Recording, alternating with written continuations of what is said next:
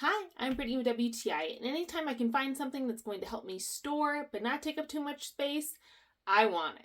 And I found these Lucky Monet storage bin boxes. They are so wonderful for setting up in a standing closet. It's that wonderful extra storage that you can have socks, camis, anything small like that.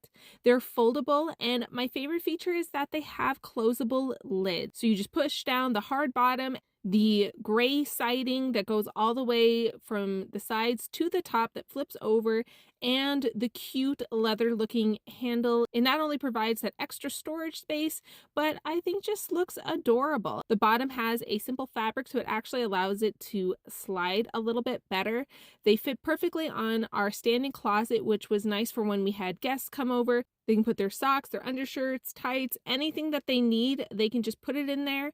And when they need to get ready, they can have quick access to grab whatever they need for the day and get ready and head out the door. I just think that they are extremely useful and beautiful and made such a big difference. I really appreciated this extra space, and that's my point of view.